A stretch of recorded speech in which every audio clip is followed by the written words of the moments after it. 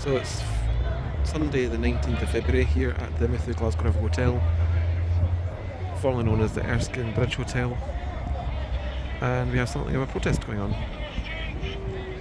So in the foreground here we have an anti-immigration protest, and in the distance there with the red banners we have a pro-immigration counter-protest going on. Reason for the protest is there's migrants being housed in the Muthu Glasgow River Hotel, and obviously it's caused a lot of division within the community, whether that's the right place to house them, etc. So you have the protests in the foreground coming here every Sunday to protest against them being here, and you have the protests in the background having the counter protest about the protesters being here. So it's quite an interesting concept. Every Sunday they're all here protesting and counter protesting.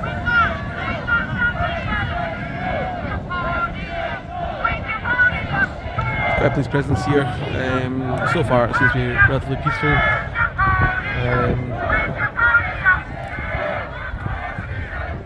With a bit of heated shouting from either side, but nothing more than that.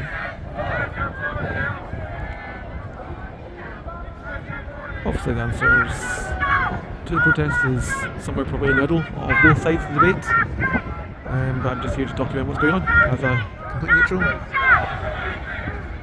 I believe somewhere of a homogenised approach. Maybe there's too much immigration, maybe we need to help them a bit more. Somewhere in the middle is going to be the right solution. But it's interesting to see obviously both sides. And some other protests, some words that are being said as well.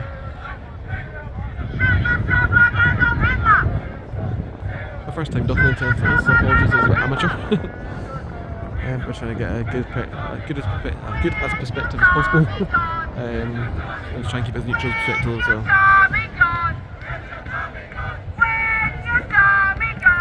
The reason I'm standing behind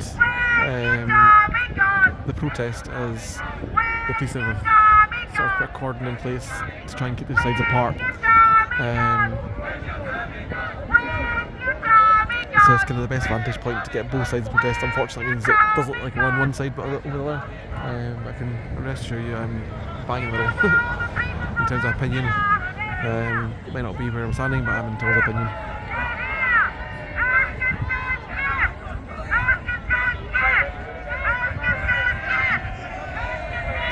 We've got what appears to be a police drone up there monitoring events as well.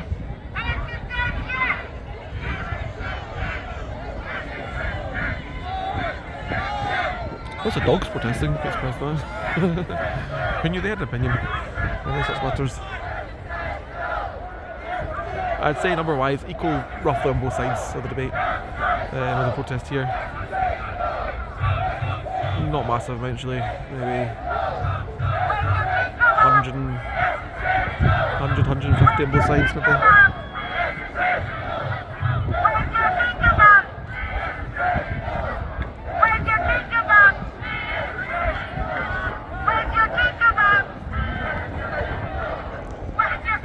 But for people, just to give a context of where we are, Erskine is a small kind of commuter town, kind of outside Paisley, outside of Glasgow in the southwest Scotland.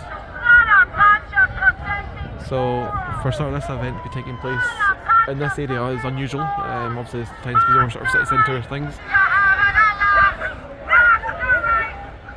And the police numbers here are probably largely increased of what's normally police are normally available to Erskine's disposal on a Sunday morning or Sunday afternoon, as it may be now.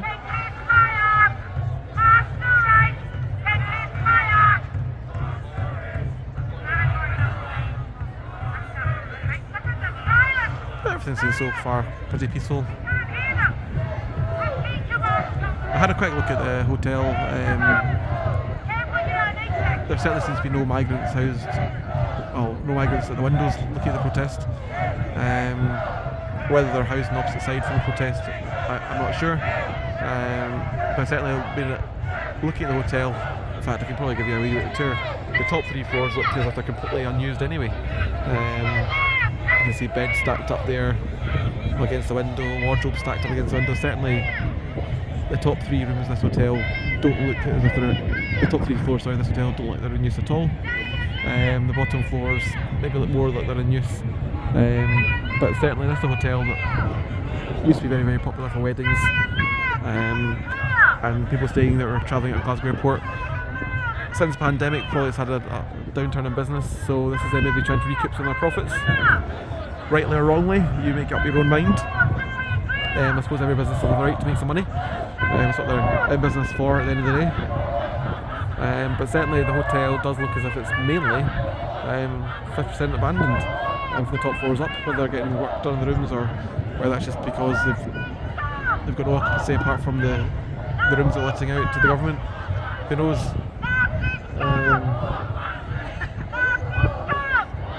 But certainly, obviously, the hospitality industry has struggled during COVID when they are trying to recover. Is this the way to recover your business by doing this kind of thing? Who knows? But certainly, if you're guaranteed an income, I suppose, each week for the foreseeable future, then it makes business sense. Locals, what do they think? I mean, I don't know how many of these people in either protest are actual locals of Erskine.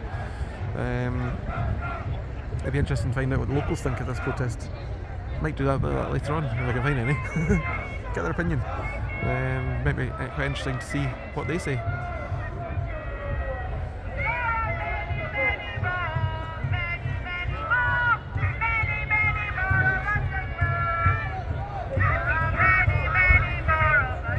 Just to give it a bit of an idea there, that you're hearing the anti-protest, the pro-migrants chanting "there's many, many more of us than you." I would say that's a fallacy. There's probably about equal numbers on either side. Just to get the context, you can probably see this side, there's probably about 100, 150, and on the other side, it's hard to see the picture between them, but roughly about the same as well. I have wandered across both ways, but this is the best place to film vantage point wise.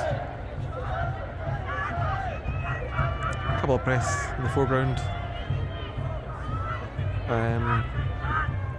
Definitely there's a large police presence. I don't know, this is my first week coming here, I don't know if there's been trouble previously, but certainly they seem well prepared if there is.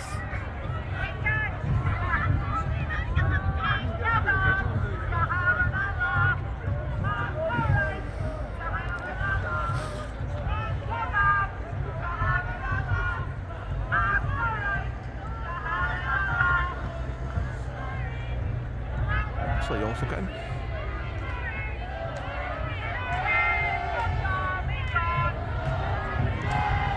If you hear any bad language from either side, I do apologise. Also, in each of these events, that sort of thing can happen.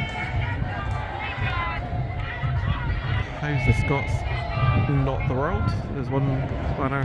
There was another one elsewhere actually. Can't see. And the main message in that one is obviously refugees welcome, refugees life matter.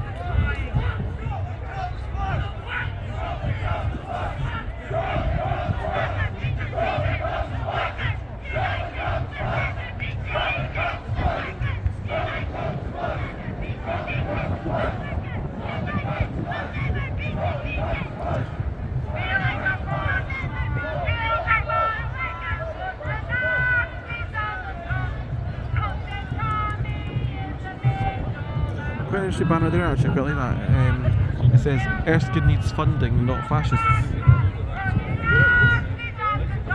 It's not the wealthiest community, and there's not a lot that goes on in Erskine, but it's certainly, I'd say, a relatively middle class community. I'd say it's mainly a commuter town for Glasgow, a little bit of Paisley. Certainly I would say the worst town in the world. Not the best either, but it's somewhere in the middle.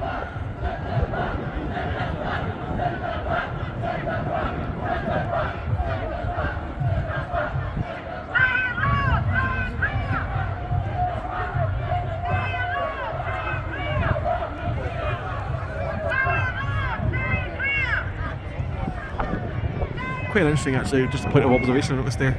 We have the Union flag flying outside the hotel alongside the European Union flag. Just read into that narrative as you wish. just thought it was quite interesting observation there. Obviously the UK no longer in the European Union yet, still flying the flag. Is that because of potential business they still achieve in the EU? I can't imagine there would be, because say the hotel appears to be just open for migrants only.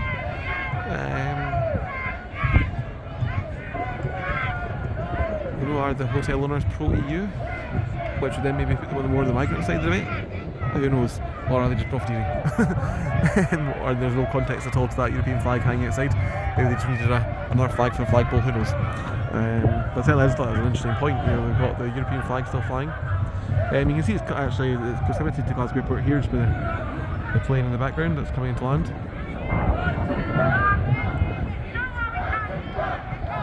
So this hotel used to be very, very popular with travellers flying from Glasgow Airport. Obviously with the pandemic kind of paved to that. As people don't travel as much, and a lot of the routes from Glasgow Airport are still not quite up and running yet. But yeah, I'm going to sign off for now. Nothing much else is happening. If anything kicks off, I'll let you know.